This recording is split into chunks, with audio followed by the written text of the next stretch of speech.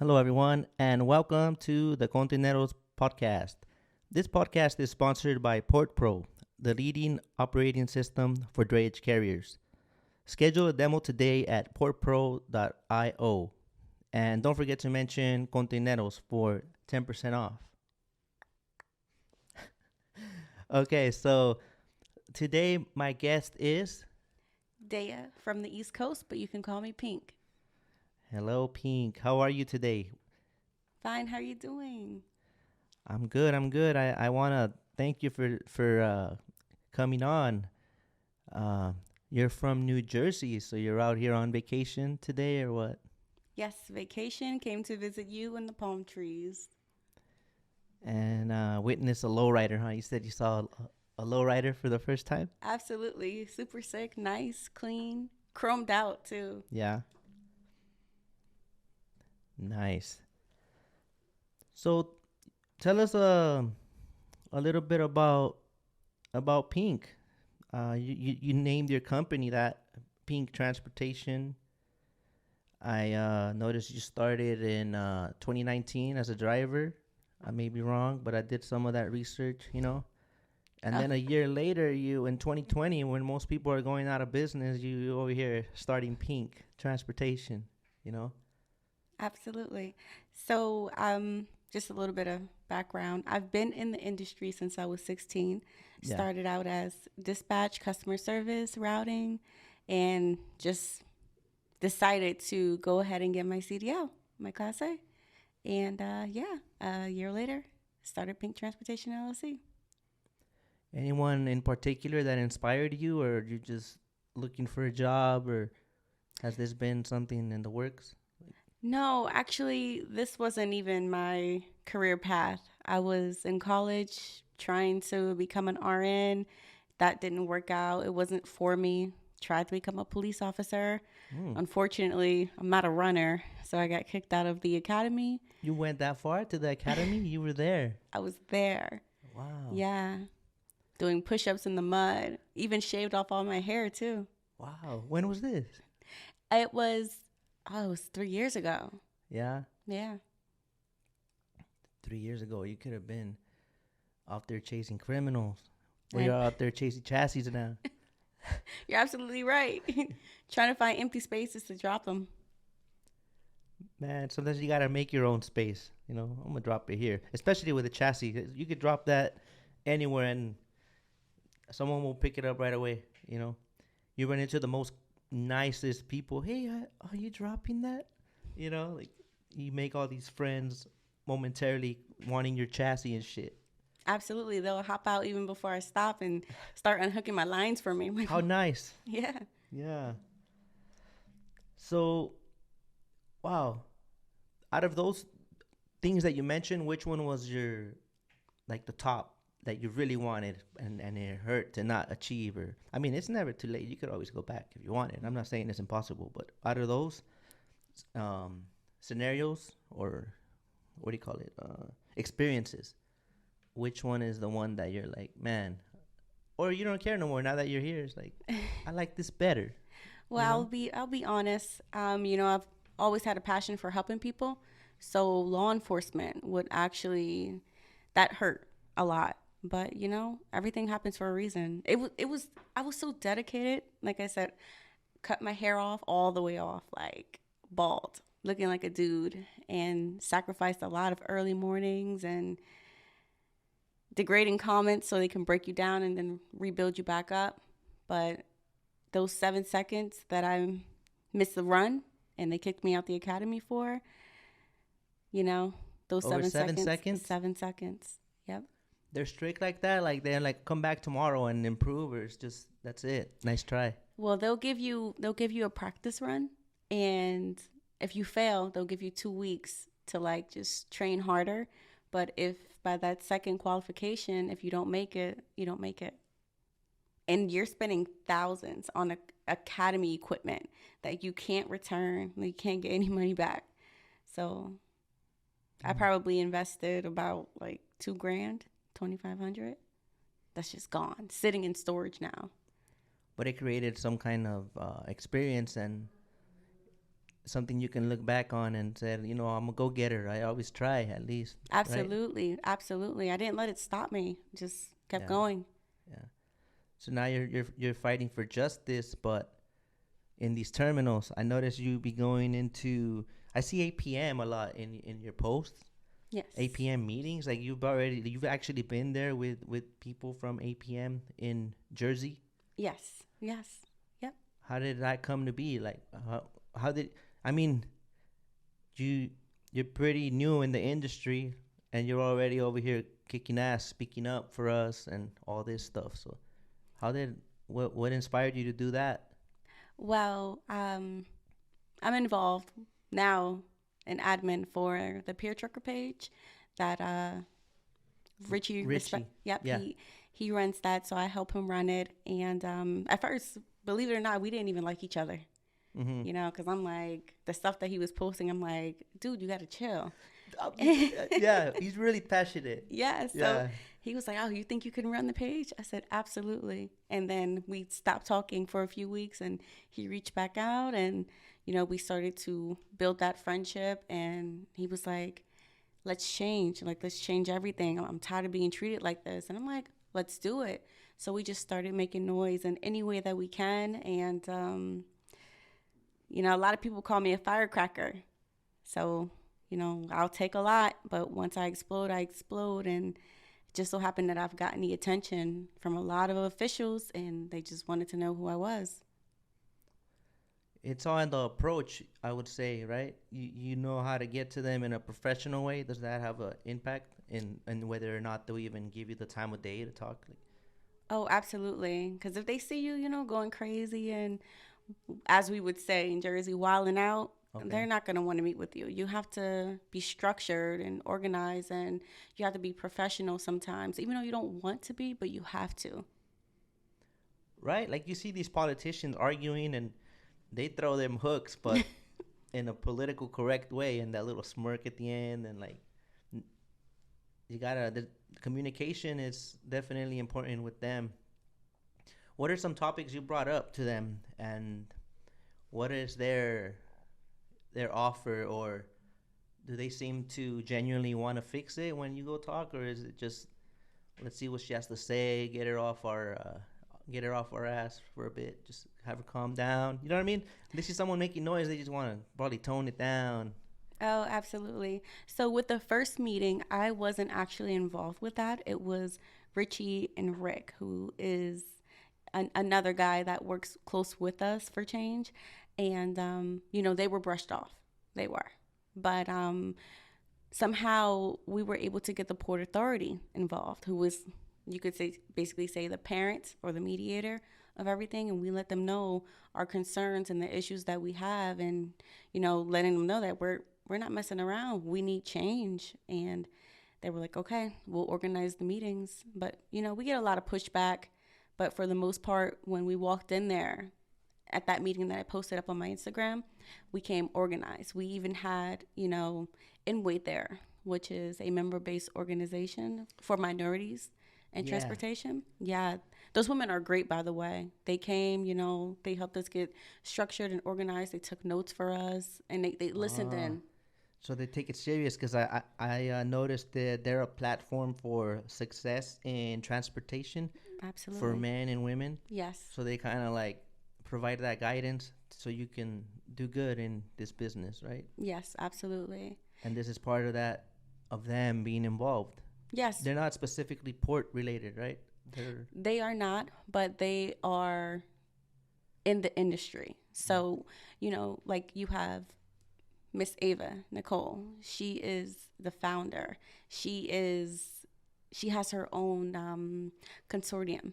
So if you're a trucker and you need those type of services for IFTA, for HUT, you need to get set up for your drug screenings, with your employees. She's the one to go to. And then you have Miss Charisse, she handles government contracts. It's women in transportation doing everything in transportation. It varies.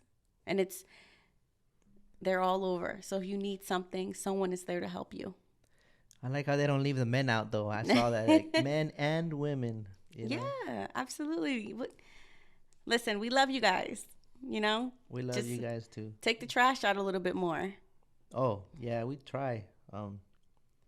We have good intentions though. Eventually, we'll take it out. You don't gotta keep reminding us every 6 months. So, is that an ongoing thing now? Are you went to that meeting and now are you developing a relationship, and does that give you credibility with your peers? Like, oh shit, they actually got a hold of someone. Now that we have their attention, what are we gonna do with that attention, or are we just gonna keep wilding out? And, what's the next step? And once you have that meeting, that inspires you to keep going. Definitely, I bet you feel like, oh shit, they listen to us, because you feel like they don't give a shit sometimes. Oh, absolutely. I know they hear the horns. I know I know they see the post when we're complaining on social media, but what are they doing? So here's the thing. It gives us, a lot of credibility, but what we're trying to do is establish relationships, because if we don't have those relationships, then we will never get to actually know who are those men and women that are up in the buildings looking down at us. So as long as we're able to like just, keep our feet on the ground, keep our vision forward, I think that we'll be able to establish a lot. And we haven't just met with APM. We have met with Global Terminals, which is pretty big. They operate Global, which is in Bayonne, and NYCT. NYCT actually really have no complaints about them. They're one of my favorite ports to What go is to. it called again? NYCT, Oh, what does that stand for, or what? New York Container Terminal. Oh, okay, yeah. Remember, Yeah. I'm from Oh, yeah. California, Port of Long Beach, Port of LA. That's all I know. But I know it gets a little hectic over there too, from what I see. Oh, absolutely. We met with Global, and that meeting went well. It really did, and they are open for second time meetings with us, and that says a lot as well, because they could have been like, "All right, cool, we'll take your notes and we'll work on it." But they're like, "Okay, let's see how it is in 4 months. Let's see how it is in 6 months." So it says a lot, and we use the Facebook page to ask the drivers who are active in the ports, what are your issues? What are you going through? What changes do you want to see? Because their voices matter. You guys ain't playing, so Oh, no, absolutely not. yeah. No memes, none of that funny stuff, or keep it from time to time. Moderation, right? Yeah, You yeah. gotta, There's some things that we will not tolerate, but we need to laugh sometimes. yeah. So you actually hold them accountable. You're following up with them. Is there anything that you've noticed that they actually did based on a meeting, or you're still pushing? Oh, well, just personally for myself, I had an issue with my customer. She let me know at the last minute, like they always do. I have a container that's, it's about to go into storage. It's the last free day. Can you help me out? Can you go get it? And I'm booked, like super busy. I can't go get it until the next day or the day after. So I hit up an official from APM, and I was like, "Hey, is there anything you can do to help me with this?" And he helped me out. He was like, "Hey, I changed the last free day for you. Don't worry about the charges." So it was like, thanks. Yep. That's the power of relationships. Absolutely. And it's important. It's very important. So your movement or your crew, what is yours called? You mentioned it, or did I miss it? No, I actually didn't get a chance to mention it. What is your movement? But we are P.A.R 18. Me, Richie, and a couple of other guys. P.A.R 18. What does that stand for? P.A.R? P.A.R what? What is that? Port, Air, and Rail. And the 18 is for the 18 wheels. Ooh, I like. Yep. And we fall underneath TM4J, which is Truckers Movement for Justice. That's how we met. Thanks to Billy. Yep. Mm-hmm. Billy Randall. Shout out to him wherever he is. I'm very thankful for that.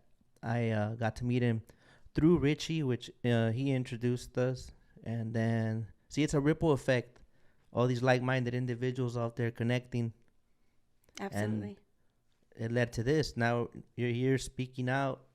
This message will get to someone, and it keeps going. You inspire other people to do something. Absolutely. Hopefully more women as well, because there's 7% of women in the industry as a total, but there's an even smaller percentage of women that are in the drayage industry, and they're suffering just like I am. So if I can be that voice, and they hear me, hopefully they can join me. I just don't want to speak for them. I want them to join me and use their voice and use their platform to just put out whatever it is that they're dealing with, because we're stronger in numbers. We really are. Yeah, I like that saying, strength in numbers. Yes. I tried to use it for Containeros, but then I saw it's I think the Golden State Warriors have that slogan. It was taken. Sorry. Oh, well, we'll find something for you. But it still means the same thing whether it's trademarked or not. Like, you know what I mean? Like, Absolutely. Yeah. it's true. That saying, strength in numbers. You can't. Absolutely. You're only as strong as your weakest link. Is that how it goes? That is, yeah. Pink's is we deliver everything except excuses. Ah, that. So, Oh, I'm yeah, gonna have to steal that one real yeah. quick. And I'll also Boom, say boom, boom, boom, boom. I had the opportunity of being able to be a board member for Imweight. Mm. So What does that mean? What does that come with? What responsibilities? They looked up. They're like, oh, she's a good candidate, or what got you in there?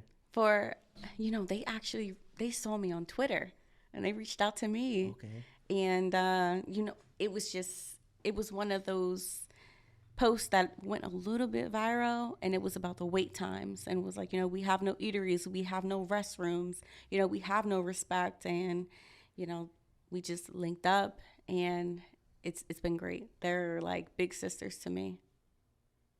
Sometimes you gotta say what's on everyone's mind that other people won't say, or they Yeah. just grown used to it, and it's like that's just the way it is. But that's the way it is, but it's not the way it has to stay, right?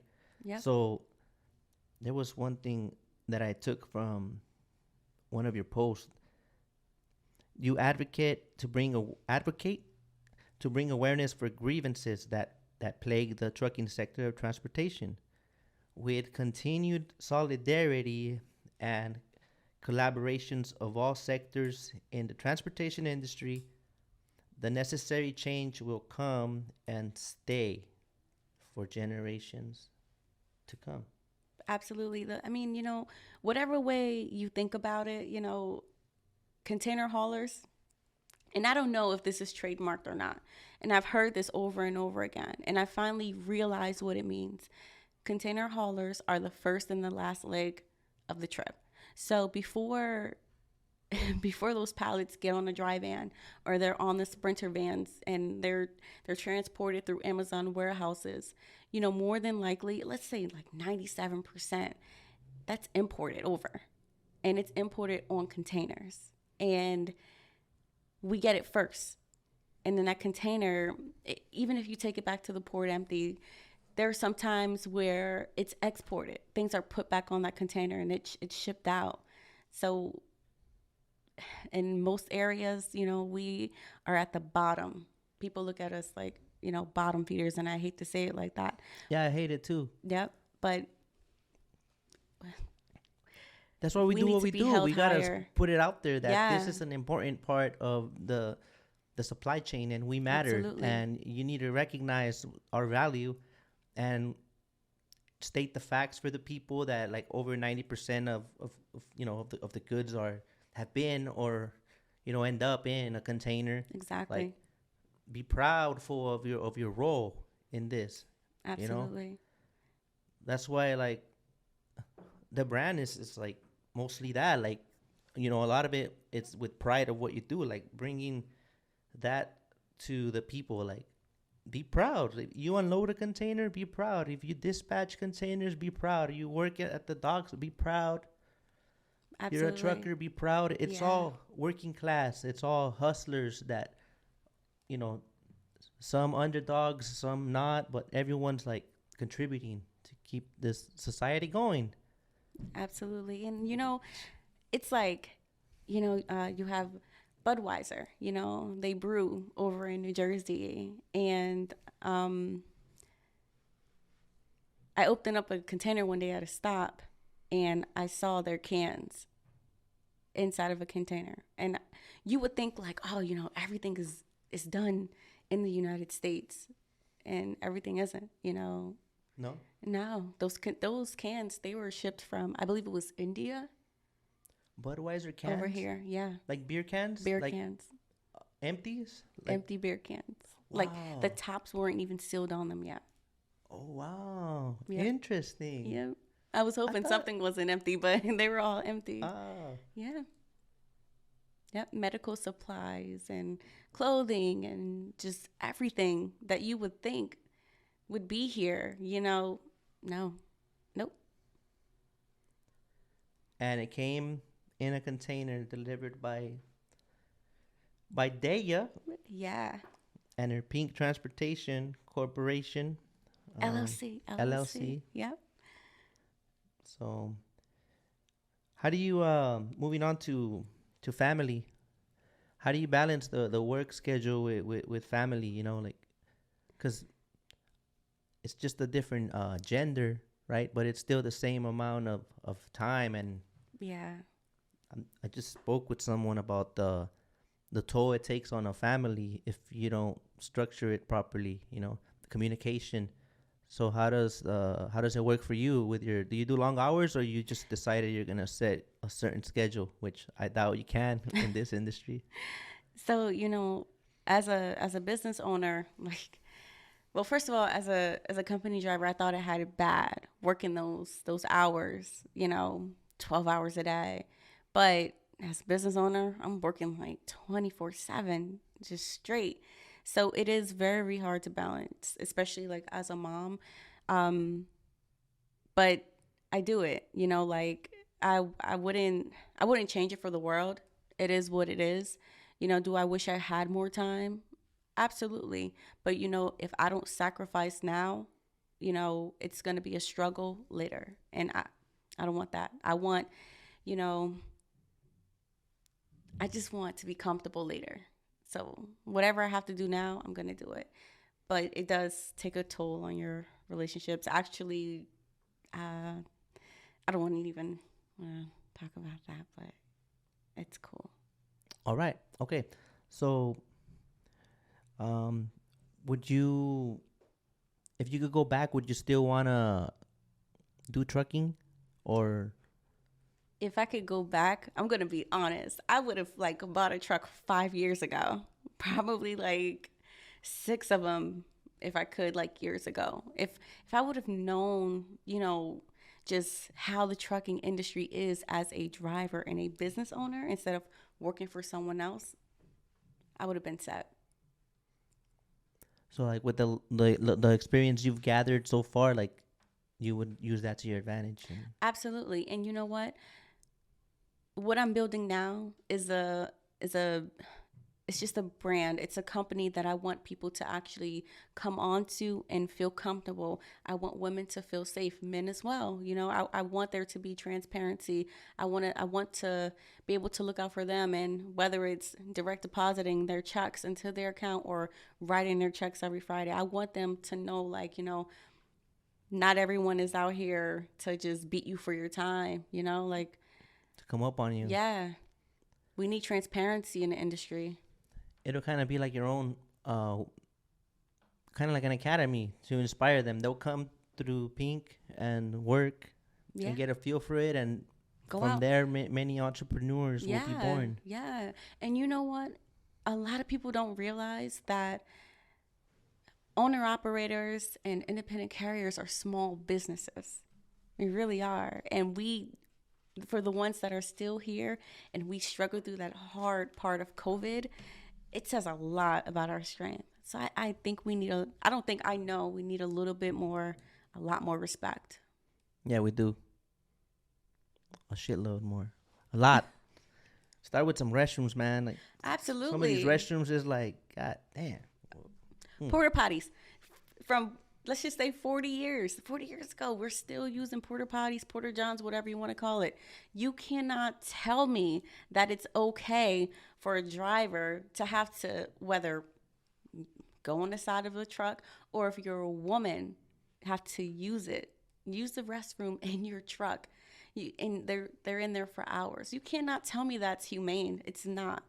It's degrading. It's Yeah. disrespectful. On the same property, there's one full of flies, and then there's one with AC. It's like, With padlocks on what's it. going on here? With Yeah. padlocks. No outside truckers. Yeah, so that's one of the biggest things that, I'm advocating for, and I stand firm on that, because we need restrooms. We need a place to actually wash our hands with running water.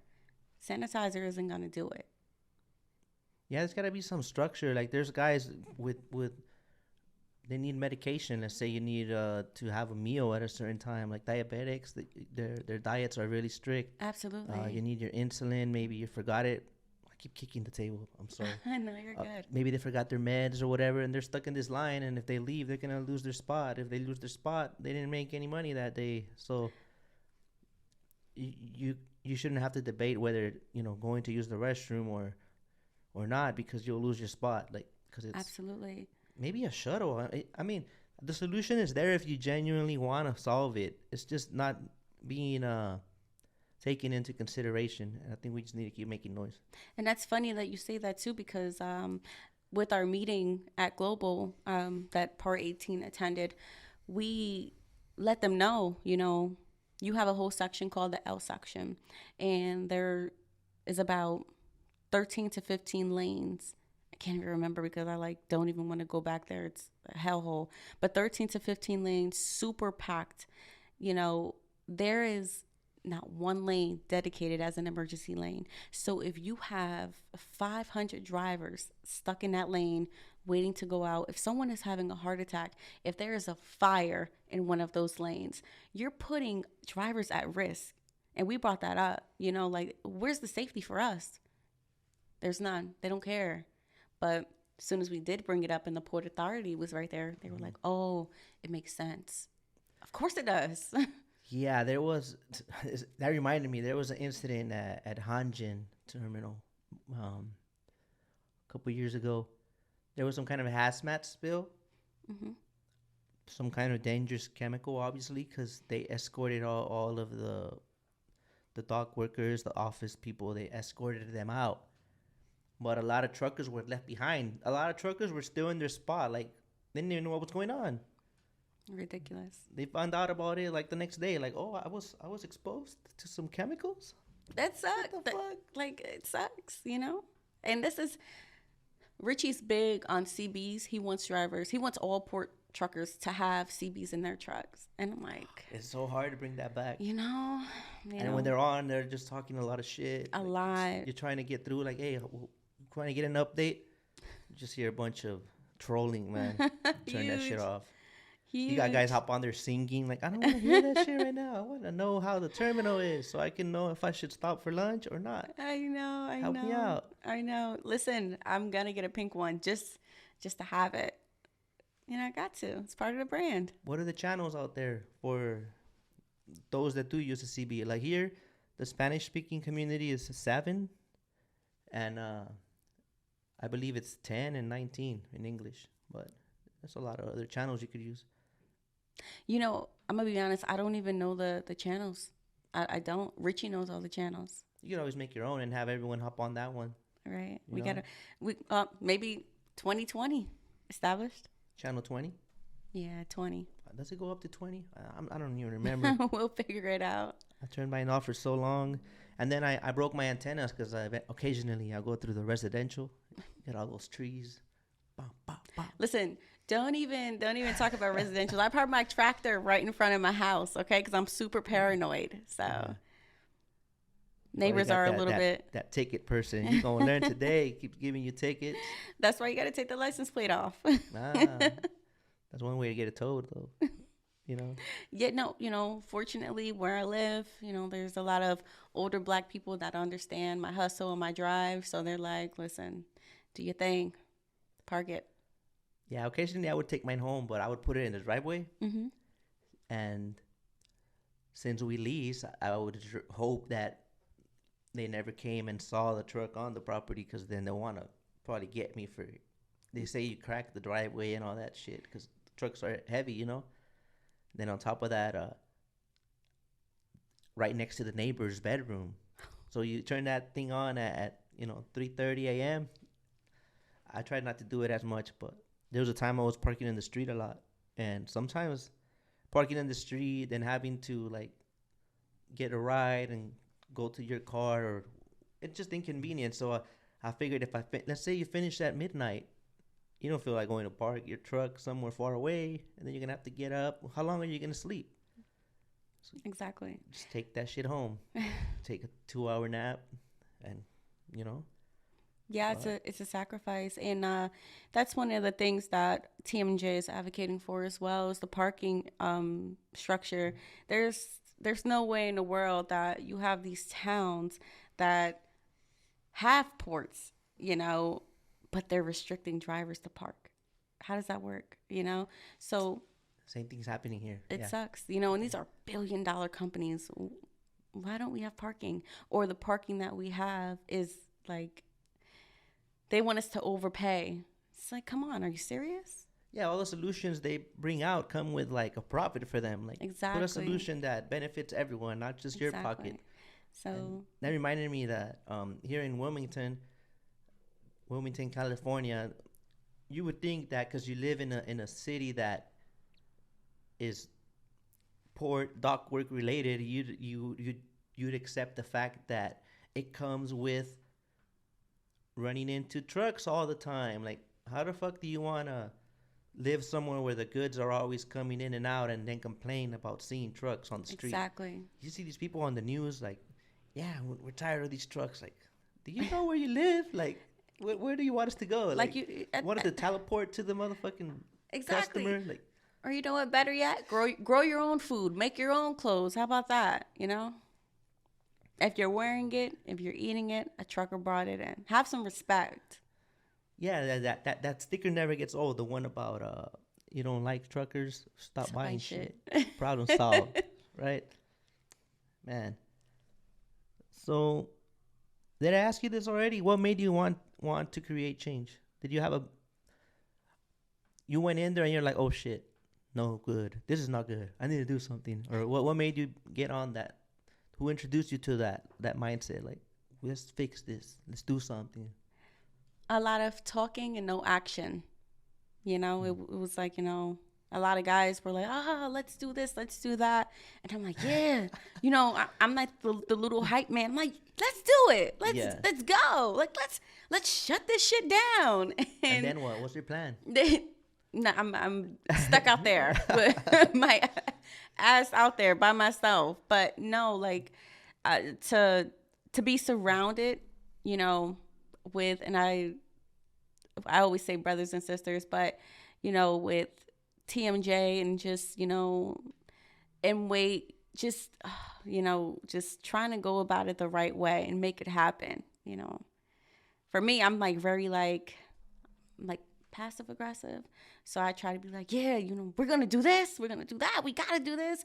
But then, I have to take a step back and be like, yeah, but we have to do it this way because we don't want to get the wrong attention. We want people to actually really take us serious. Yeah, and sometimes people want that role, or that they want the eyes on them, or they want to start something and get the attention. And they get the attention, and it's like, what are you gonna do when the eyes are on you and when they're actually listening? So I think it matters to have a plan and not just stop the trucks just because you're mad that day. Like, Absolutely. there has to be structure. Like, so we're doing this because we want this, but sometimes we don't even know what we want. Like, sometimes truckers want to support a movement because they had a bad day. The next day they're doing good. They don't got time to help you. Exactly. There's a lot of division. You're absolutely right. The people you want to unite start doing their own thing, and then it's a competition. Like, everybody wants to be the chief. Yeah. And at the end of the day, instead of uniting, we're like dividing ourselves more. Like, so what I like about TMJ, from what I saw, is that you guys are a lot of movements coming together, not going against each other. Like, you should join us because we're better. Like, no, you should join us. Not at all. No. Everyone is like, think of it like military branches in this fight for justice for drivers. Yeah, that's how I think of it. And this is the thing, there is no, we're not asking for no money from anybody. So everything that we put out, it's personal. Like, it's from our personal funds. It's from our savings. And we don't care. It has to happen. It is what it is. We just want everyone to know, like, we are out here fighting for change for you, for us. We're not sitting in offices. When I'm in my truck and I'm making these Instagram posts, or I'm on Twitter and I'm writing these emails, I'm in my truck, probably eating some Doritos, using my Wi-Fi from my ELD, and I'm on my laptop, just trying to make it happen. Yeah, we're all trying to make it happen, man. Yep. It just feels like, excuse me, No, you're good. it just feels like with time, there's so many movements, so many attempts, you start feeling like your enthusiasm starts to die out in a way. But you gotta keep coming back, Yeah. because otherwise it'll be just like everyone else. Like, I think, and that's kind of what they want. Like, just go ahead and make your noise. Eventually you'll get tired, and it's like the new people. See, you came in, you're new. Like, respectfully, you're new. So right now you're enthusiastic, you're pumped up. Yeah, we're gonna change this, right? And like us that we've been in there longer is like we've been there, we saw that, like, and we start to feel like, is this the one? Like, is this that time that they're gonna actually do it? But I think everyone plants a little seed along the way, and maybe with time it'll just get more. Fuck, what am I trying to say? It's like, it'll take time, generally speaking. Like, maybe the first movement didn't establish nothing, maybe the second one didn't, maybe, but it's always an attempt. And with time, someone's got to master that shit. Absolutely. And That's that was a that's long ass another thing. sentence. No, it's cool. No comments or nothing. No, like, you know, um, I did a podcast with Freight Waves Yeah. the other day, and the dude was like, be careful, because it could be a slippery slope. Whatever's good today may not be good tomorrow, and that's the truth. Same thing with the people that comes along. They might not be a good fit for the movement because of their beliefs, but we're not going to execute them or exile them. They may have great ideas to help us, but as far as, like, their long-term vision, it just doesn't match what we're trying to do. And we're not just trying to we're not advocating for change for 6 months. We want the change to last for as long as the drayage industry is here, because if we don't, it's going to just keep going back to the way it was. We need consistency overall. Maybe they're hoping or betting that in the near future, like, independent contractors will kind of die out, and big corporations will take over. Probably. It seems with all these things they add, all these restrictions, all these new laws, all this other shit. It makes it like, I'm trying to run a business here. Why do you keep throwing, extras at me, like, to complicate it? Mm-hmm.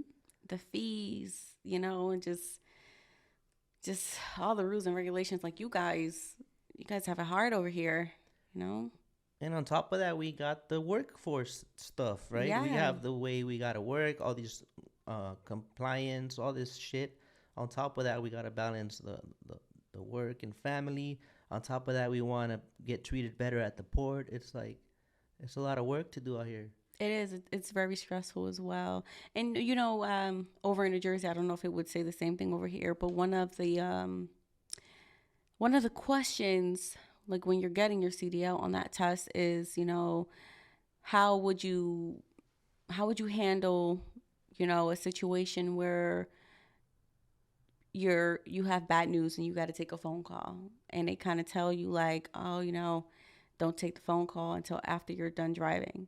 And what people don't realize is that even if it's not a phone call, but we're dealing with longshoremen that beats us up, bullies us, or we're stuck in the port for hours to get a load, and then at the end of the day we come out with a bare chassis because they lost a box. They don't realize that plays a big part in our emotional state. And then past the emotional state, it takes a toll on us mentally and then physically. So it drains us. And it's like, that's where some of these accidents come into play as well. Like I said before, and it just goes back to respect. Like you have to respect the drivers, because you cutting a driver off and slamming on your brakes and then moving out the way, it tenses up the driver, and then, it puts us in an unsafe space for the entire leg of the trip. And the environment is laid out like that, so that we have to be, okay, there's no excuse to be rude or whatever, but we're human, right? So sometimes all that piles up. Yeah. And we become a creature of our environment, a product of our environment. Yes. There we go. So like, not all the drivers started out as like sneaky. How should I say it? Me, when I went in, I was trying to be nice to everyone, but I was a sucker because I tried to follow the rhythm. Okay, that guy got here before me. The chassis is right next to me, but he was here before me, so I'm gonna like let him do his thing. Fast forward, if that chassis, I'm grabbing that shit, because everyone else would do it. So then you start adapting to it, like, oh shit, yeah, I gotta look out for me because everyone's doing the same. Yep. So if you don't set the example, then that's gonna become a norm and a tradition. Like, hey, once you go in this terminal, it's every man for himself. But then we want unity, like. And that's what we're trying to fix too. We are actually trying to build relationships with drivers so they can feel comfortable to come to us and let us know, what's going on. We have to have relationships, not just with the operations. And that's major too. We need to have relationships with them, even though some people don't want to, but we have to. But we need relationships with the other drivers as well. So no matter what nationality, your creed, your religion, whatever you are, if you are a port trucker, like, somebody may not say this, but I'll say it. Listen, I love you. Like, be safe out there. We need that. We really do. Yeah, even the ones that cut you off, we got to love them too. Yeah, we really, really do. We just ran into that version of them that day. But other than that, everyone, what's this saying that you could be 1,000 people in a day, depending who sees you, or, depending on what state of mind you were in. So to you caught me without my coffee. I'm a certain person, and someone caught me in a great mood. I'm a good person to them. So we're all human, and absolutely. Just, there was a time at 8 p.m. It wasn't when I first started driving. It was a couple months in, and you gotta have your safety vest on. Just safety stuff. You don't walk behind a chassis that is going to move. You keep your eyes open. And so I started backing up. I checked. I didn't see the guy. So I started backing up. And then I hear yelling, oh, beep, beep, beep. And when those beeps are like cursing me out like a dog. And then I lost it. Like, I blacked out. So I just got out my... Who the fuck you think you're talking to, motherfucker? Listen, word up. Listen, I popped the brakes. I grabbed the pipe. I hopped out. I'm like, are you stupid? Are you crazy? I'm like, you don't even have a safety vest on. And I'm going back and forth with him. We're in each other's faces. And then you see the guys coming over and they're pushing me away. They're holding him back. And then I'm just like, whatever. So then probably about, I would say it was like 45 minutes later after I got my box, I pulled out to, close my pins up, throw my Ziplocs on.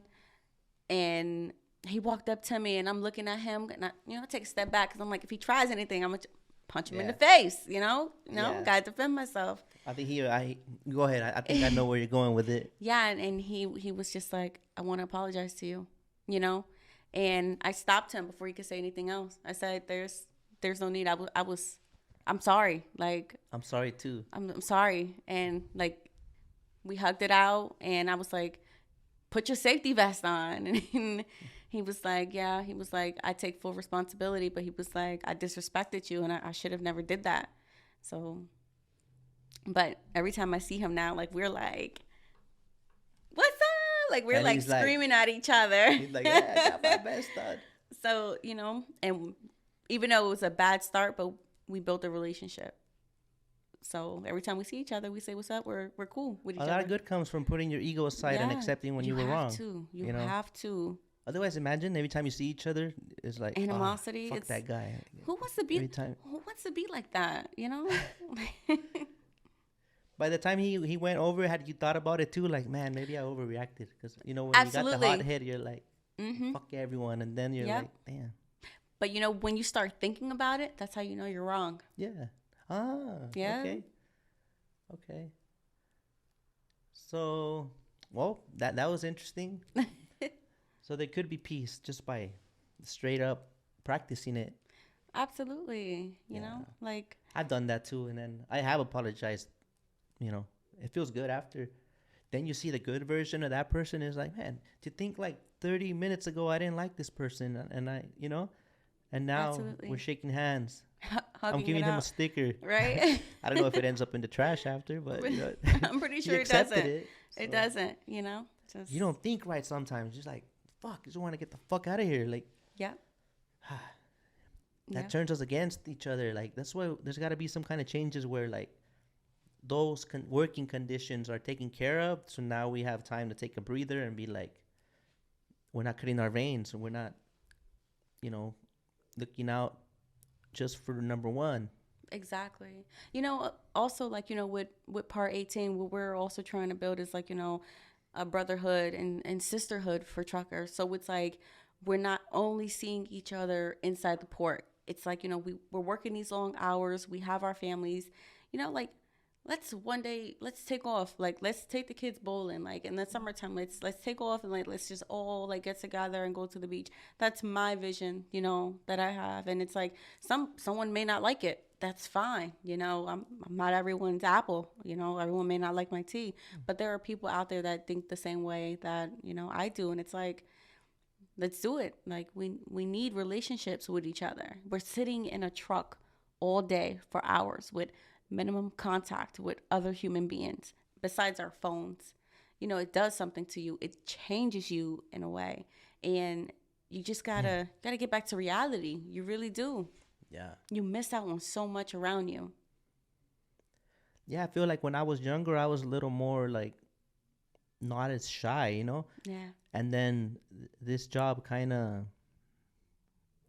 like even doing the podcast, like at first, it always feels like the first day, like it's like I know we're only on number 8, but 8 episodes is enough to be like get a little confidence going, But I still feel nervous. I still feel like, what if I don't know how to talk properly, or what if I ask a stupid question? Like everyone's different, So No question is it's just stupid. No question is stupid. You just got to stay true to yourself. You got to be authentic. People like authenticity. So, like, if you're fake, people are going to pick it up off the camera right away. And, yeah, they're not going to want to fuck with you. That's why I try to do the sessions like this. Like I try to like all I edit pretty much, unless someone complains, all I edit is just the beginning and the end to trim the part where I walk over here from over there. You know what I mean? And the ending. That's it.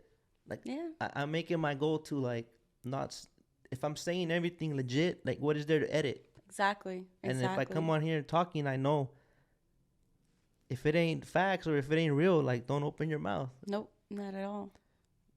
And yeah, if you take it back, then you back down on your belief because you spoke it to the world and now you want to take it back. Why? Exactly. Why are you overthinking it? Exactly. Yeah. No, I'm with you with that 110%. You got to be real 100% of the time, especially like with the movements that we're doing. That's why we like transparency. We want everyone to see exactly what we're doing, and we invite drivers, even if like, you sit in on one of our Zoom meetings, we want you to hear what we have to say. So, like it's no bullshit with what we're doing. Like it's all real. Like I know it is. I was blessed to be a part of a few of those meetings until I had to voluntarily, what do you call it? Withdraw temporarily, And I told you, it's cool. It's all right. Come whenever you're ready. Come back. We're gonna be here. Like we're trying to build something solid. Yeah. I feel like there's this. See, I have a couple notes, but I know some people feel like if you write notes, it might be fake. You know what I mean? But I call it like organized thoughts. You know what I mean? So if I put a layout of an invention, is it not my invention because I wrote it out before it was manifested? No. No, that's your blueprint. That's the proof. Yeah, That's so the me, proof. I find that I gotta do what works for me. So I find that if I take notes, it kind of structures my, because it's very easy to choose the wrong. You could say the same paragraph, but if the last sentence is the first one, it'll be a whole different outcome. It's like, oh shit, you know what I mean? Absolutely. Um, there was a video of an accident, and the guy, as soon as the point of impact, it said, the radio said, "You deserve it." Crazy, huh? It's like one of the most recent videos. So his dash cam captured that. He's listening to the radio. Boom. As soon as he hits, "You deserve it." I'm not trying to laugh, but that's fucked up. It's fucked up. Well, what's fucked up? What I'm saying is the importance of choosing your words properly, Yeah. right? So I put in the caption, listen to the full, watch to the end and listen to the audio, right? So everyone was already saying, that's fucked up that he says that he deserved it. That's fucked up. Why? What was the difference? I edited it. I edited it. How do you? Edit it. I edited it. I edited. You know what I did, man. Not to edit. But yeah, I did that. I changed the caption to say more specifically, listen to what the radio. I replaced radio with audio. The minute I replaced audio and I put radio, listen to the radio at the end, people stopped bashing him. Audio, radio. Just see what I mean? The difference a word can make. Yeah. So that's why, like, when it's certain topics I take really serious, I'll take some notes of how I want to say it, Crazy that you say that too. And you know what? You gotta, well, speaking for myself, when I'm out here doing these podcasts and these interviews, I'm very careful with what words I say, because if it's I, when I mean we, because everyone knows, like, it's a team thing. We all have jobs that we do, and just to bring it together to solidify it. Yeah. But if I say I too much, somebody will take that the wrong way. Oh, you're for self gain. But it's like, no, it's not like that at all. Like, yeah, I'm running with a family. Like, we're a Yeah. pack. It's not like that. So there's a lot of things that I have to be careful on. Unfortunately, certain words, they can't, through audio, you can't really know the intention because that's in here. So you might be saying Absolutely. I, and it is I because it starts with your actions. So we all need to be the change we want to see. So they can say I as well. Just be a better version and be a better version of themselves. You be a better version of you. So, Absolutely. you know, I agree. that's back to that topic we were saying, like how I felt momentarily like I bailed out on people because I had already set in place even an organization name. Like, it was called the Drayage Truckers Association, right? You guys had your organizations, but then I was thinking, like, damn, my life's a mess right now. I can't give the people the quality they deserve. So why am I even, if I'm not gonna give it 110 right now, I don't even know what my legal status will be. Like, I literally have court next week. So, but I'm saying I'm not gonna make it about me like that. But the point is that I just call it a pause to improve myself so that I can be a better, what's the word? A better.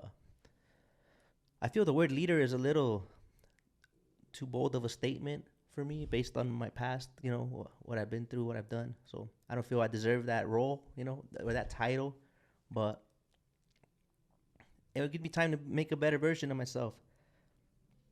So at the time, yeah, go ahead. Yeah. And That's a long ass sentences I got. No. And oh man. Look, guys, I fucking wrote notes, man. Like, and out of all these, I don't know what the fuck to say. No, it's okay. Like, It'll come naturally. But yeah, it's oh man, I hate to bring this up because I have to. I got a phone call the other night, and I know it was with good intentions. I don't know if you remember, like back in the day, I'm not with the editing this. I'm not gonna remove this. don't remove it. It's tea, piping hot tea. Okay, so Go for it. and I don't care. You know, like it is what it is because I don't tolerate disrespect. If I don't disrespect you, don't disrespect me. You know, especially a man. I don't. You know. A man without his safety vest. So, Even worse. But I got a phone call the other night, and it threw me by surprise because I wasn't expecting this person to be on the phone. It's like, back in the day, the three-way phone calls or whatever. But this wasn't the first time that he was like condescending to me. And he was like, oh, such and such calls you a leader. What qualities you have as a leader? And I'm like, I had to pause because it was like, first of all, you're calling my phone, Like, how dare you? Taking time out of your day. 8 o'clock at night. 8 o'clock at night. How dare you call my phone and ask me what qualities do I have? And I told him straight up, I said, no, I don't look at myself as a leader. I just have the passion. I have the drive. I'm determined. I'm here advocating for change. I'm like, you've done this 40 years ago, and, what came out of it, And I'm asking respectfully. I'm not trying to be dick, even though I wanted to be, but, I had to ask, like, out of the 40 years that you've been here and the money that you've say that you've invested, what change has come besides, building your brand and popularity and exactly. all that. Yeah. Like, what have you done for the drivers? And he's like, oh, yeah, just going off on me or whatever. And I wanted to hang up in his face, but I didn't because I wanted to hear everything he had to say, because that's everything he's gonna say that he did say that I knew he was gonna say. It's what he felt anyways. Exactly. And it was a determination. It's to keep me going. It's like, it's okay. It's all right. Mm-hmm. Now it was the second time that he's disrespected me like that. Now he won't get another one. Yeah. And then so he had 40 years in the game, and allegedly is 23. Allegedly okay. is 23. But like, what are you gonna do? Like, yeah. But you calling a woman's phone 8 o'clock at night, hounding her because someone called me a leader. Mm-hmm. And it's like, well, no, I'm not a leader. Like, if you even look at my WhatsApp status, it says lone wolf, mm-hmm. But yeah, so if you're gonna be like, see that like the whole branding thing too, like we're all building brands, but if you're gonna what determines what type of person it is and who it's really for, what they build is by what the way you leverage that brand to help the people that help you build it. Yeah. Like, if you build a brand based on the support and then you turn your back on those people, then that brand was all about yourself. Exactly. Under the image or the deception that it's that for the people. False image, yeah. False, So that's why I say transparency. Like, it's nothing to hide. It's nothing to hide at all. Yeah. Whatever I do, whatever organization name that I mention, in here, I let them know. Like, I would bring you up. Like, do you want me to bring your name up? Do you want me to say the things that you're doing and the things that you're accomplished? Because everyone is doing their own things, but whatever. At the end, you need each other. Exactly. Like, we are all we have. Like, yeah. That guy, he doesn't like me. That's good that we are all we have. A lot of people use that slogan, and I like it, because no one's fucking saving us. Like, no. You have to go up there and talk about, I need a restroom. Like, let's trade roles for a week, and then you'll see what we go through. Oh my God, a bathroom. Yeah, let's trade restrooms for a week. Come on, like, I'm in here with the flies and the humidity and yeah, it sucks. It really, especially like, and I don't even mean to throw this out here, but listen, it's 2020. You have a lot of women coming into the industry, and a lot of us, we are not looking for handouts. We are like just as strong as you are, but come on, like there's no reason why a woman should have to like use the restroom in a truck. Before I had my sleeper, when I was working for a company, I had a day cab. Yeah. and he refused to give me a sleeper. So, like, even like, eating or just trying to focus on myself, taking the time that I need. Like, there's no tent, so you have people looking at me and staring, and it's just like, man, come on, man, no privacy. It's sad that we have to even ask for that. Like, sir, can you please? Like, out of sight, out of mind. They need to get a little taste of that to see Yeah, what we're talking about. yeah, so It's humiliating in a way having to ask for that. Like, it should be a standard. Like, just like these exactly. restaurants, they have the capacity limits and all this Yeah, shit. they get You the go into the grades. terminal, they're like, overall, I did an assessment, like, well, not officially, but it's just like, you think, you're like, okay, at this terminal, there's this many porta potties. At this one, there's that one. There's this many in the area. There's this many owner ops and out, and company drivers. Just just trucks of owner operators, I believe, is like under 20,000 a couple years ago at these terminals, where I'd counted out maybe like 40 porta potties amongst all of them. Divide that by those drivers, and each truck doesn't always represent just one person. Sometimes it's a driver in a day and one at night, so that could be 40,000 people that need to relieve themselves, and we're all sharing these restrooms. Yep. And then you got to look at the maintenance records too. Like, how many times are they being maintained through the day? You know, they might No, do they it. go weeks.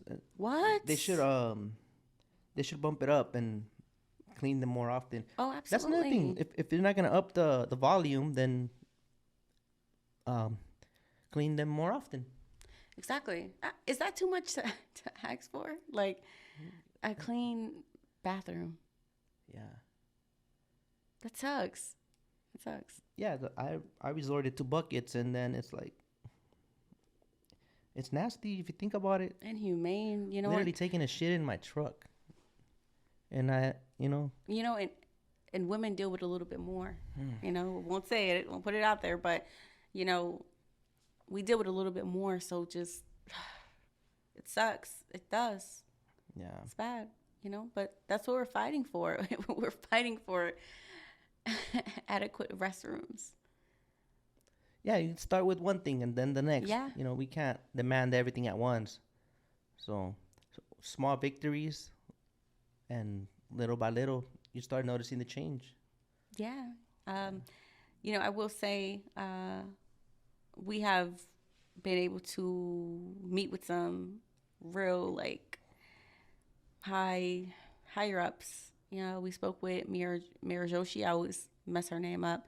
We spoke with her. We met with her in person, which she's great. She's nice. I don't really know her. I would like to get to know her a little bit more. The Secretary of Transportation, Okay. Pete Buttigieg. And I hate messing up names, but He's new, huh? yeah, and He just came into the picture. mm-hmm, I started with proposing, or that infrastructure bill, yeah, that per mile and all this.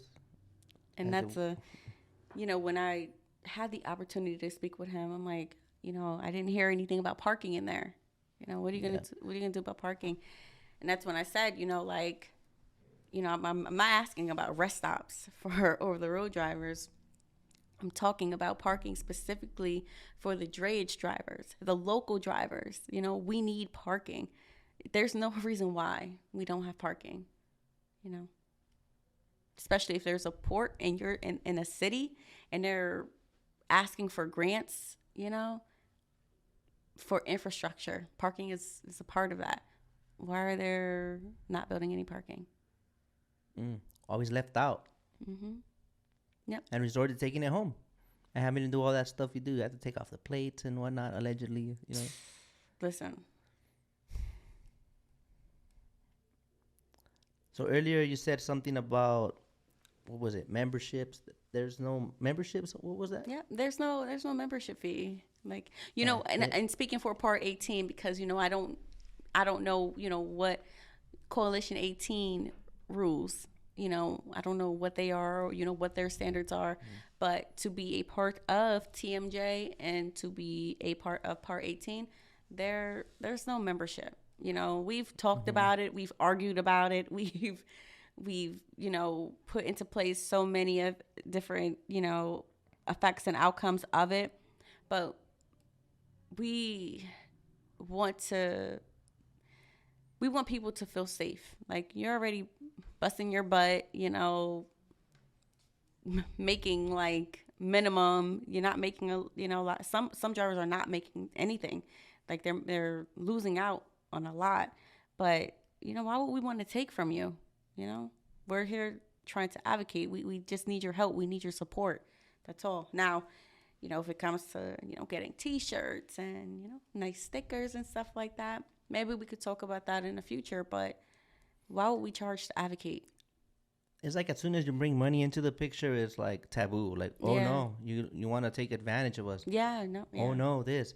But if that can lead to change, how much money will you make if change comes where there's expedited service, where like there's structure? Like, yeah, it just, even if it was a $50 membership a month, like how much more would you make if people actually took your interest into consideration? Let's just say it resulted in an organized, more organized, like I said it already, faster service. So if you save 2 hours a day, that's 10 hours a week. You could do a lot in 10 hours. Like, that's profit you'll be making because your voice was heard, and compared to $50, it's just an example. But I still think that when you try too hard to push a membership, it's like force feeding a movement. Yeah. It's like, we need to, oh my goodness, bubble guts. Did you hear that? Yeah. Yeah, that's my, today's my first day vegetarian. And I just had one of those wraps from Starbucks that it sounds like that rapper, Fetty Wap.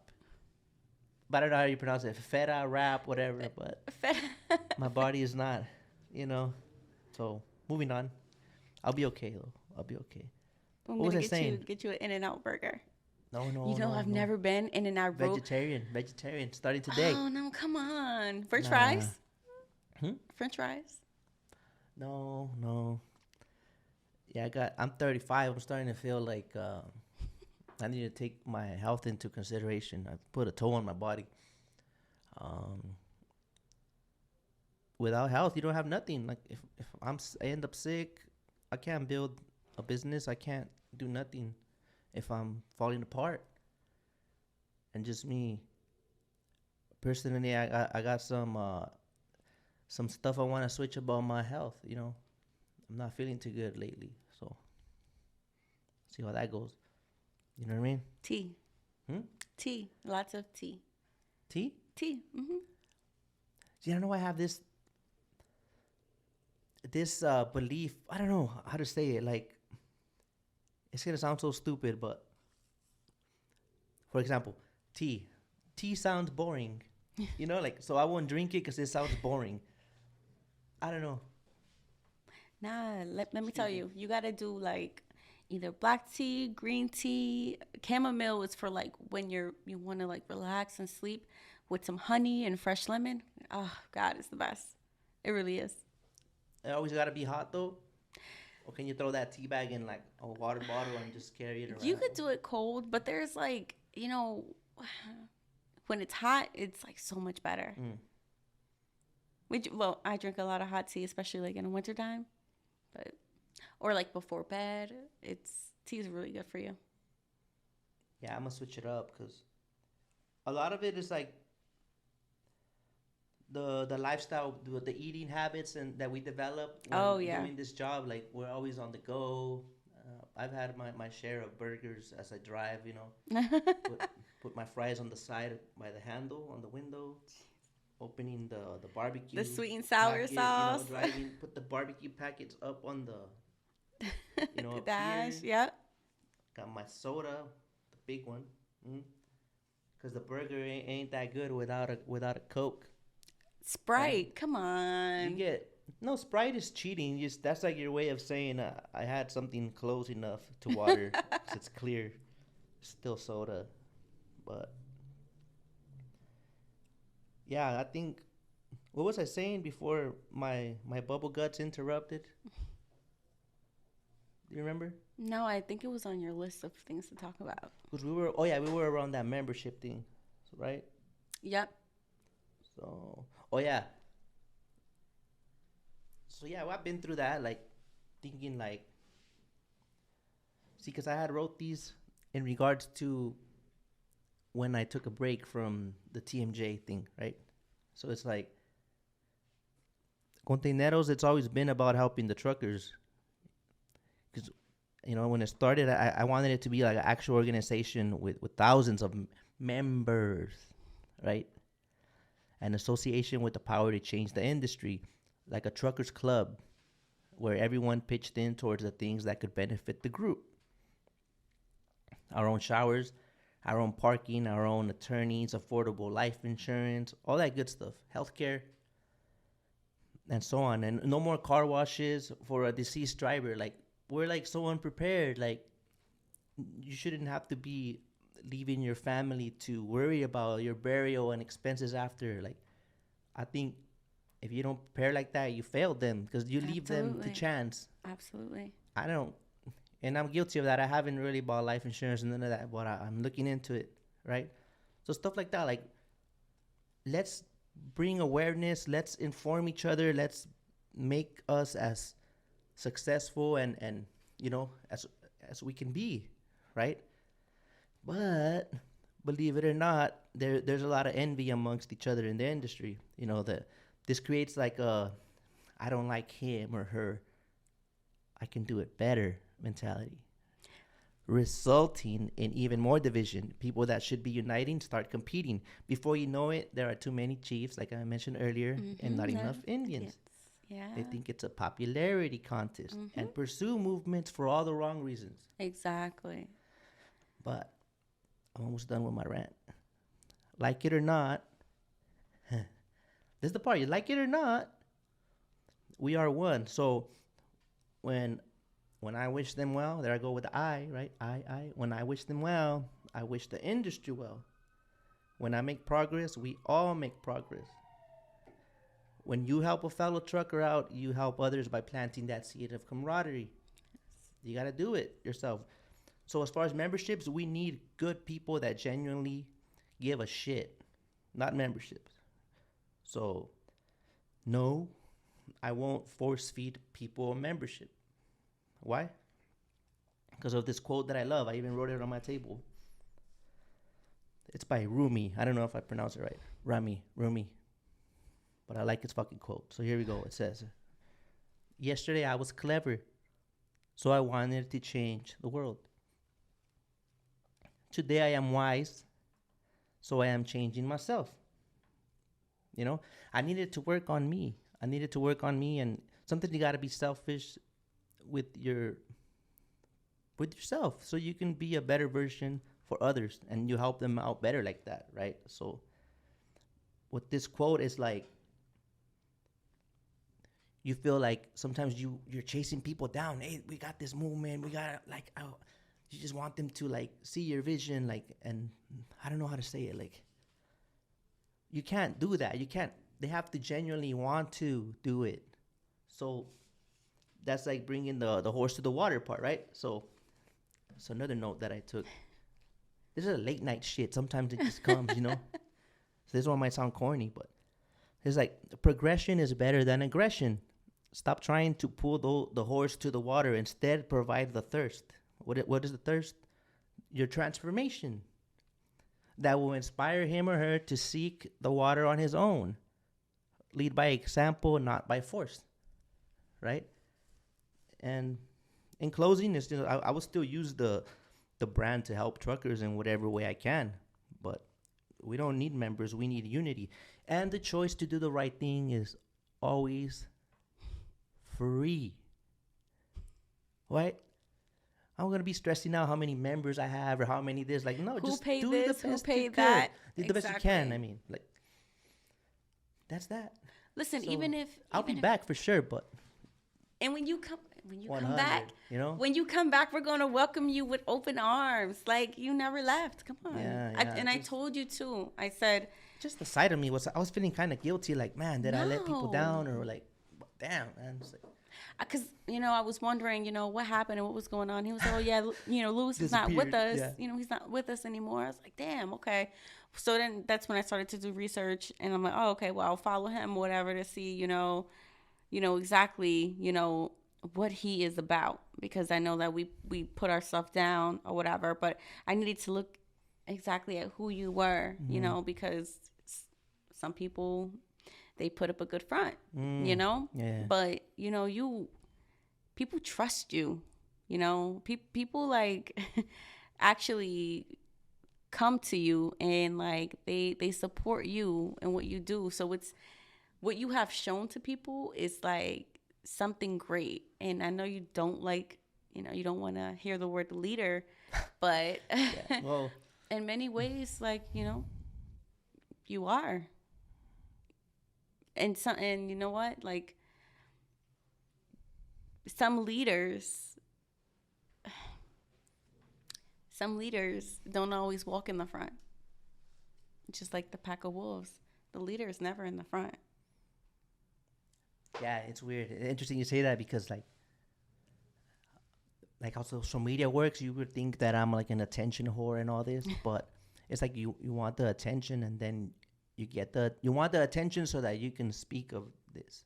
Then you get the attention, and you feel like, oh shit, it's really happening. You know what I mean? Yeah. But you ask for the blessing and you get it. Like this is a blessing. Like I have the opportunity to, although I don't have my own like legit movement, like an association or documented and memberships, right? Like this is, at the moment, this is my way of giving back, like being the mediator between the truckers and longshoremen, and creating that whole environment to coexist.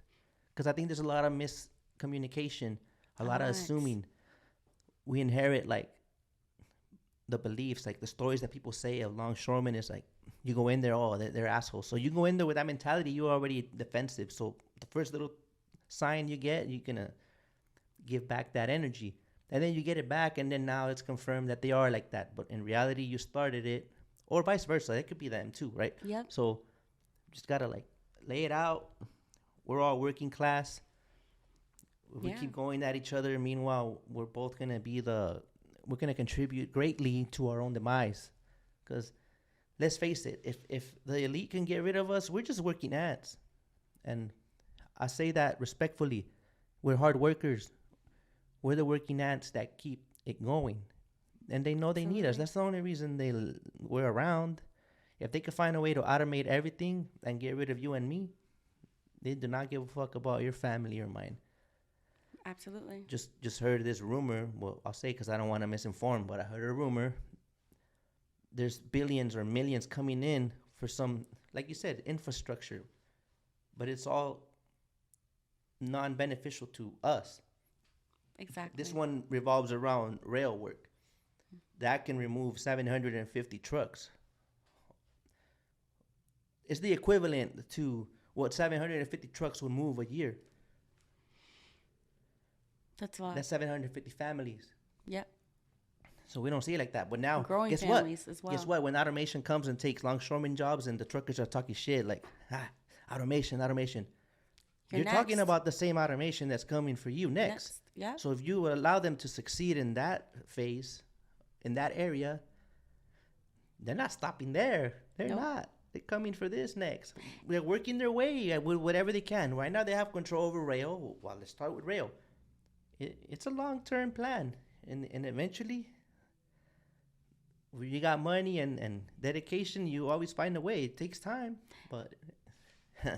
And you know what? It's crazy, too, because I heard another rumor, and put emphasis on rumor, that they are over on the East Coast. They had a meeting in regards to truck parking for electric trucks. But none for the other trucks. None for us. So it's like after all these years, and you still, obviously, you have diesel power trucks out here running. We're going to be here for a while before they make that big switch. But it's how dare you? You have the space for parking, but you will not provide it to tax-paying citizens. Whatever's the most profitable, or that's what they go for, I believe. There's really no incentive to give a shit about us at the moment, I think, other than the labor we provide. But the labor we provide, they already have that. They reap the rewards of that labor in other ways. So Yeah. all the movements going on, and I mean movement as far as workflow, all that going on, they already secured the bag. The minute the container, touches that, that dock, it's money. Every container, money, money, money, money. Like, they got their money secured. There's restrooms and your rights and waiting times. It's like, fuck. It's like not even on their mind. So you thought appointments were put in place with your best interest? They're not. They're just to document that you missed it and make a profit off of that. It's not to help you. It's still fucked up, the congestion. You have an appointment to see the dentist. How am I going to have an appointment at 10 and this motherfucker walks into the waiting room at 3? That wouldn't fly, but why does it fly in the terminals? We made an appointment, service us. Absolutely. You know what? Global is automated. Like that whole section that I told you about, automated. So if it's full, if it's 500 trucks there waiting and it's all automated, that's contributing to the congestion. That's slowing us down. So it's like, even though like you see it, you still want to put the blame on the shortage. It's not really us, it's the operations, but they don't care. It's going to work for what's in their best interest. And you're right, it's the money. They're just seeing TEUs. They're not seeing a mother or father. Nope. A family that depends on that income. They just see TEUs. We got an average amount moved today. We did good. Yeah. Not, no John Doe over there wasn't able to take a shit for like a couple hours. Yeah, but they don't care. The numbers are good. Oh, this guy got stuck. He missed out his anniversary dinner. Who cares? Fast forward 2 months, he's just gonna have a divorce. It's not their fault. I'm just saying. I'm just running these scenarios that there's all these things that go into consideration on a daily basis, and all that matters is whether or not they met their quote. It sucks. It really does. I think that's their bragging rights. I mean, I wish they were as passionate about giving a fuck about truckers as they are with reporting the annual TEUs moved. It's always some exciting news, but it's like, show the real shit. That's why we have these people on social media. We're showing the real shit. Yeah, especially for it's the drayage industry. In the terminal. Exactly. It should be illegal that I have to fucking shit in my pants. It's not funny, but it's me, Yeah, absolutely. I hold I don't know if I hold the record, but I've done it twice. Okay.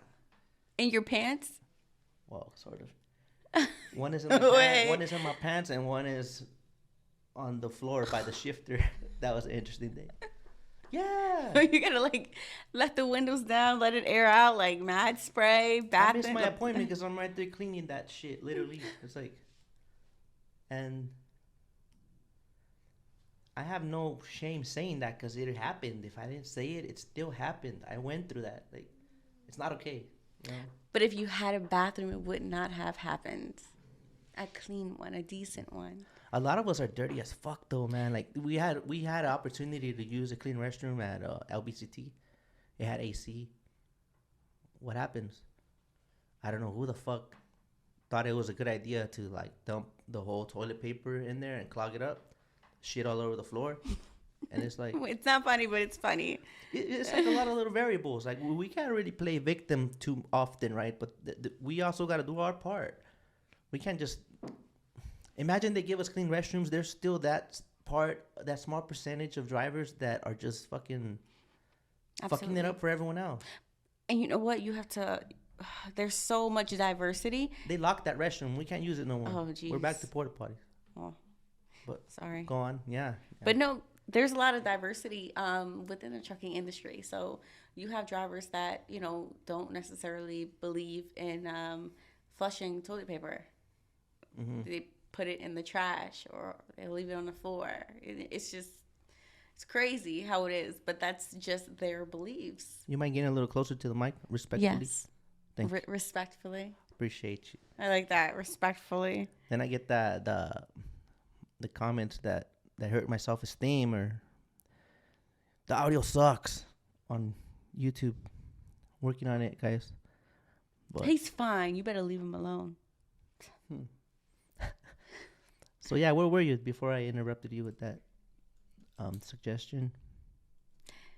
Yeah, no, just about like the different diversities, with everyone. And I actually, it was back in 2020, like April of 2020. It was super crazy because I never used porta potties, especially at the receiver, and I had to use the bathroom. So I went, and it was like poor ventilation. Somehow, like, I ended up getting COVID. Like after like 2 days, What? 2 days after, I started feeling like down and sick. My body was hurting, and I'm like, no way, this like, it's unreal. Call my Nana up. I'm like, Nana, I don't feel good. She's like, you better go get tested, and got COVID. And it was that one thing that I didn't do, that I did do that I normally don't do, and that's use a porta potty. Truck's always clean. You got COVID because of that? I do, because a trucker went in before me, and I used it like after him. Because I wasn't talking to nobody. I was masking up, cleaning my truck, but you never know. That's just how I feel. That's got everyone paranoid. That's the best weapon, I think. An invisible fear, like, because you don't see it. You're like, oh shit, anywhere can be COVID. It's if you know what I mean. At this point, it's like I don't even know what whatever. to believe no more. Who cares? It's like there's always something going on. Earlier in this decade, it's that whole political party versus political party, Trump and this and that, and white versus black, Black Lives Matter, all lives matter. Then you got now it's the most recent one is the vaxxed versus unvaxxed, and it's like, fuck, man, like that's all. And using rational thinking kind of gets you into trouble sometimes. Like, you could genuinely question something like, why the fuck does my son have to sit at a desk at school wearing a mask all fucking day? But as soon as I go into a restaurant, the minute I sit on a table, which can be a desk, I could take my mask off. Or why my son's classmate got COVID. Oh, we're going to test, your son to make sure he's good. So he found out his classmate had COVID on a Monday. They test him on a Monday. Meanwhile, my son keeps going to school every day. Then you get the results on Thursday. Like, what if he did have it? So then between Monday and Thursday, everyone else. It's like, it's a bunch of like shit that don't make sense. But hey, it's your world, I just live in it, and you gotta accept it because there's no other way. That's one way to get into arguments is bring up religion, politics, and there's one more. Can you add one more? Okay, so religion, politics, and what kind of engine you have underneath your hood. No, you drive an automatic or a 10-speed. What? That could be a good one. 10-speed all the way. Cummins IXX. Have you driven an automatic? Yeah. When I was a company driver. How was that? Sucked. It was a Volvo. Spacious. It's like a Cadillac. I can't kid you not. But it was super weak. Very weak. It was DD13. Okay. But I've never driven one, but sometimes with the way traffic gets here, you get one of those trips during rush hour. Oh, yeah. At a 50-mile radius. That would normally be like an hour and 15. Becomes 2.5 hours, 2 hours. And, man, takes a toll on that clutch foot, Those knees. Popping knees. Oh, my goodness. But now, like, I miss my truck so much. Mm-hmm. And, of course, his name is Appa. You named your truck? Appa. Appa. Have you ever seen Avatar? No. It's like a Avatar Last Airbender. He has a flying bison, which is like big and white. Mm-hmm. And so my truck is big and white. So apa. Apa. In Spanish, apa, it's a different, I guess, a different accent, maybe. Apa, apa. Apa. Apa is like dad, like hey pops, or like Oh, okay. dad, you know. Apa. How do you spell that one? And the one you're talking about, apa, like APPA. ah, apa. Right now we were talking about so much fucking porta potty talk that I came up with a little. Sometimes I do these little random ideas. I think I'm gonna make candles with like a sticker, right? And there'll be a porta potty in the middle. Like we're gonna, we're gonna pray for porta potties and have it looking all. You know, you might be an undercover genius with all the doodling. You really might. Look at all that. You really might be. And put them outside of the. I'll come up with something.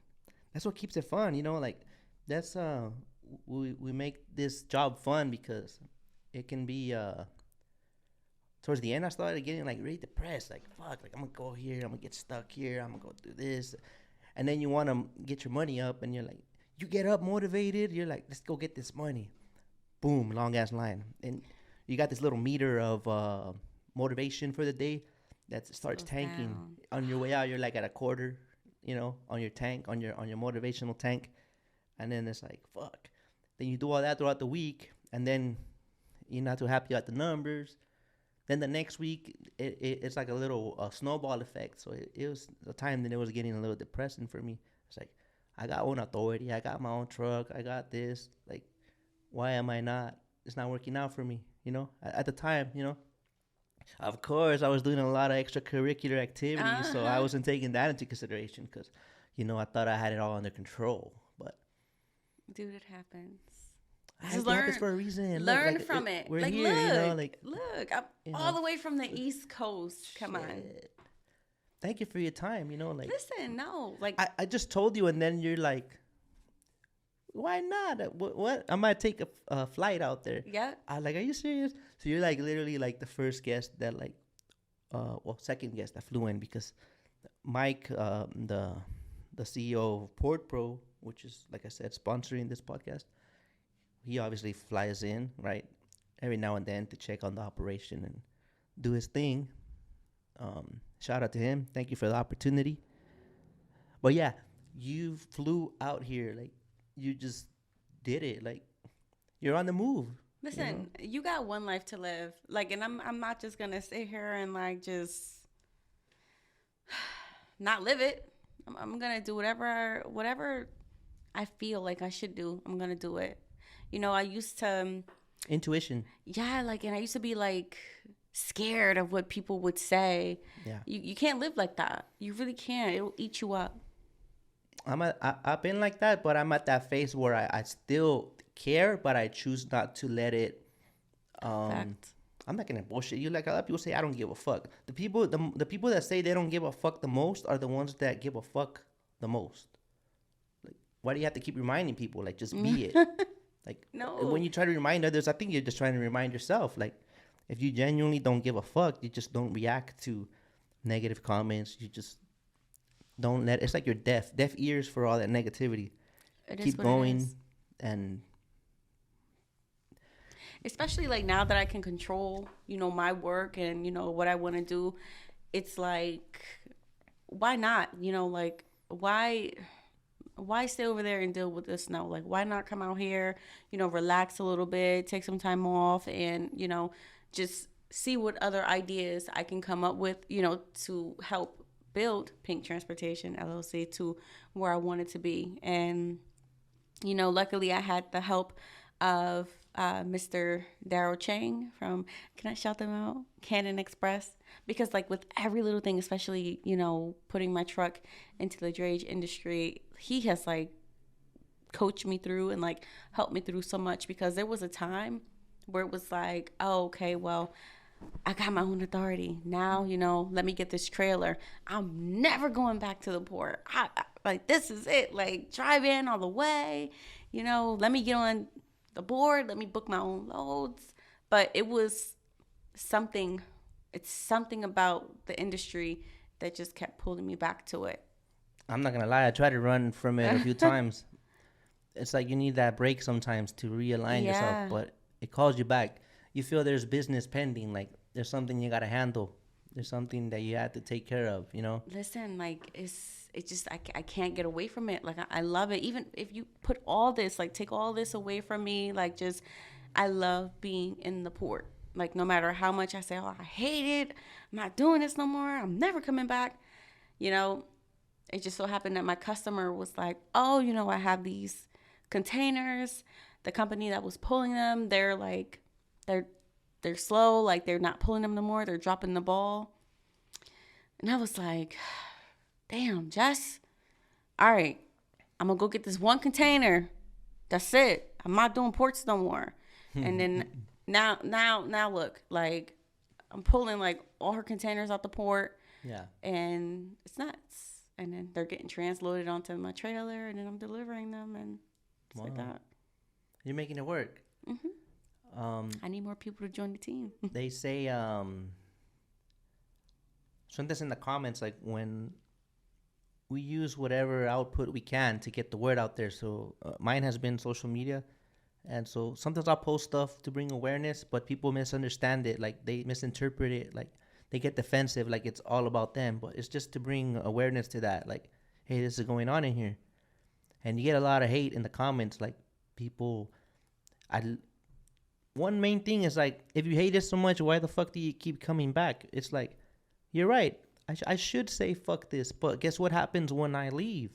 That doesn't change nothing. Doesn't. And then the next person gets tired of it and they leave. So the operation is allowed to continue as is. So there has to be that period you go through of discomfort and just going through that fucking shithole sometimes to make it better for the rest. And so that's my answer to that. That's why we don't leave, because we think if we leave, it's like throwing in the towel and allowing you to continue treating us the way you do. So I just want everyone to get along. I know it sounds corny, but I really think that we could be so much stronger. Like, and I know it's a lot to ask because we can't even get truckers to, get along. And then we want to add, longshoremen into the mix. Like, when I started out, I was like, it was like fuck longshoremen, because based on like 2 or 3 experiences that I had, that's me classifying everyone.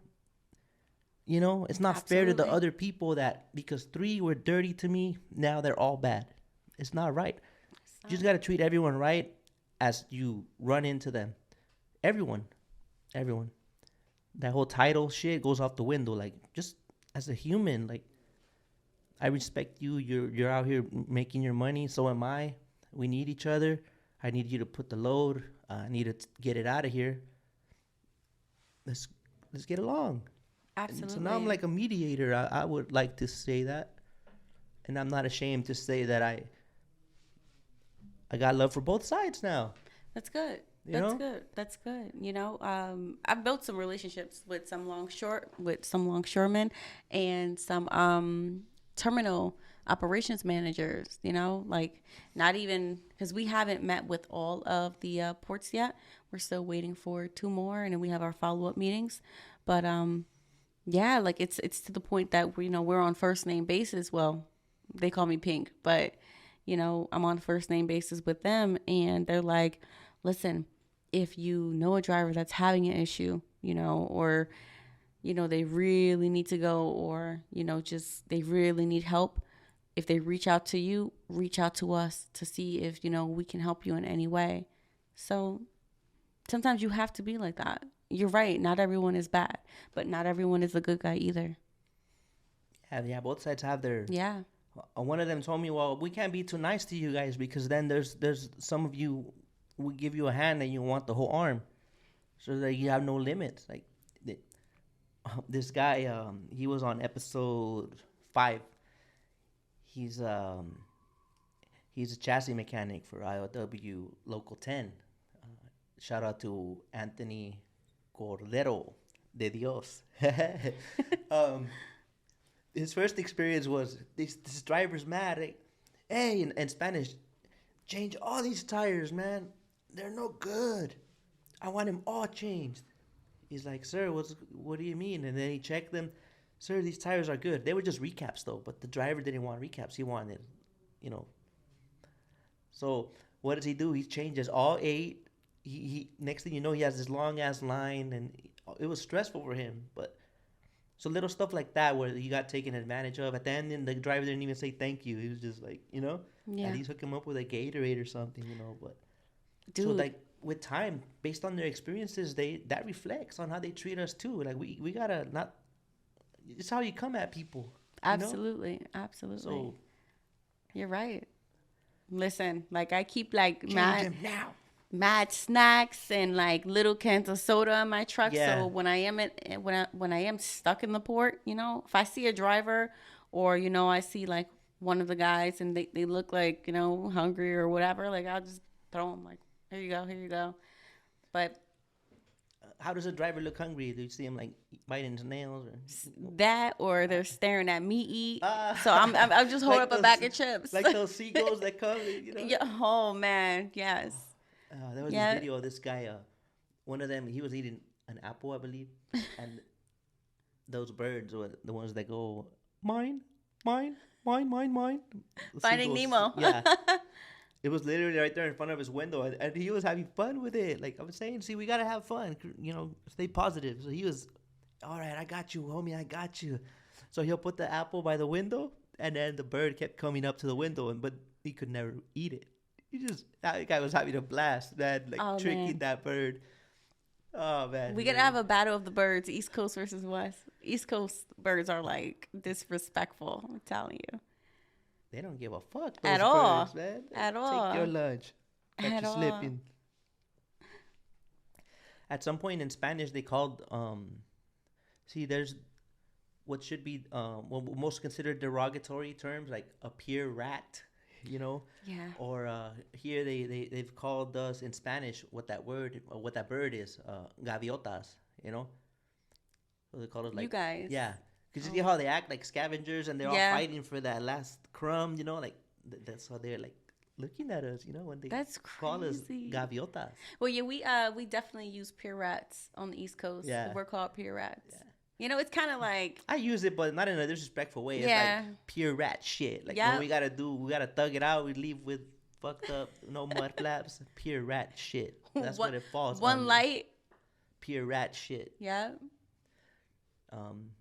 Open doors because you don't check him at the warehouse. Pure rat shit.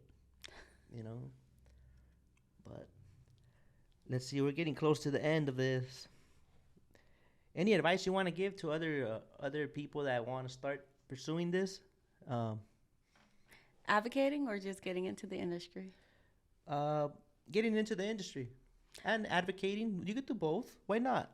Okay. Well, as far as getting into the drayage industry, I would definitely say make sure that you hook up to the right company, because that can change a lot. You don't want to get on to a bad company and they put your license in jeopardy, because they will. They'll have you doing all types of stuff. Trust me, been there, done that. Ended up on a cinder block waiting for help, messing around with this company. But knock on wood, no accidents or anything. My NVR is very clean. I tend to keep it that way. And as far as advocating, when you're advocating, make sure that it's the truth. Make sure it's your truth. And if you want to advocate with us, just reach out. Where can they reach you, get a hold of you, if they're interested in your movement and what you got going on? They can. I was gonna say slide in my DMs, but that doesn't even sound right. So, It does, yeah. Oh man. But You can slide in the DMs respectfully. very respectfully. Yeah. So slide in the DMs very respectfully. Pink Transportation LLC on Instagram. I am also on Twitter, NJ Port Girl. And yeah. Does P what is it that PAR 18 have a social media account or Part 18 doesn't have a social They're media old account. school like that. Very old school, Billy's grandpa. So Mm-hmm. he's like, no social media. But we still have our meetings faithfully, and we have a chat on Messenger where Okay. we all chat together, We're doing some big stuff, Bills are getting passed in Washington State, meetings with political leaders, and it's only up from here. We gotta get the industry better.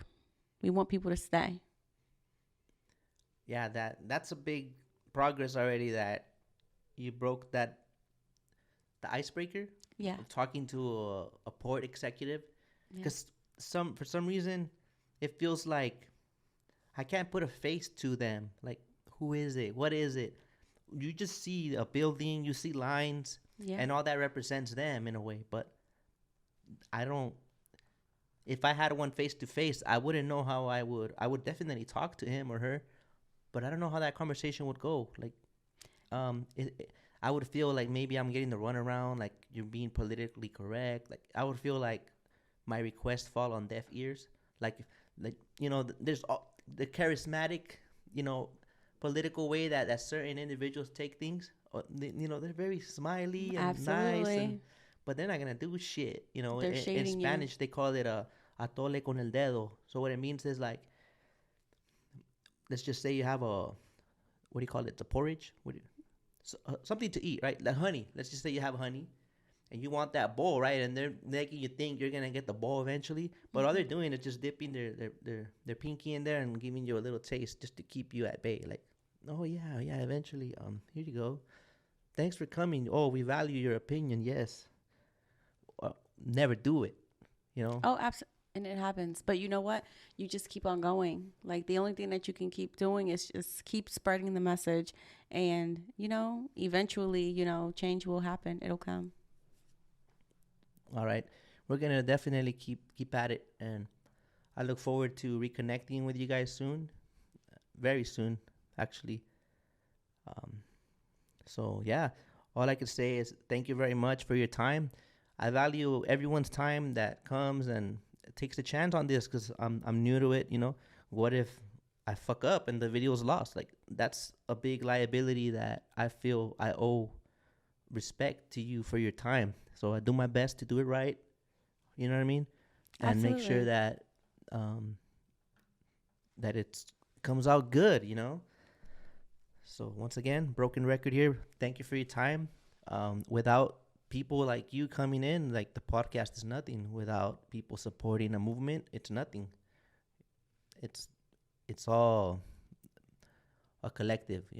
Yeah. Thank you for your participation in. No problem. No problem. Yeah. All right, guys. Thank you so much for tuning in, and I'll catch you on the next one. Peace.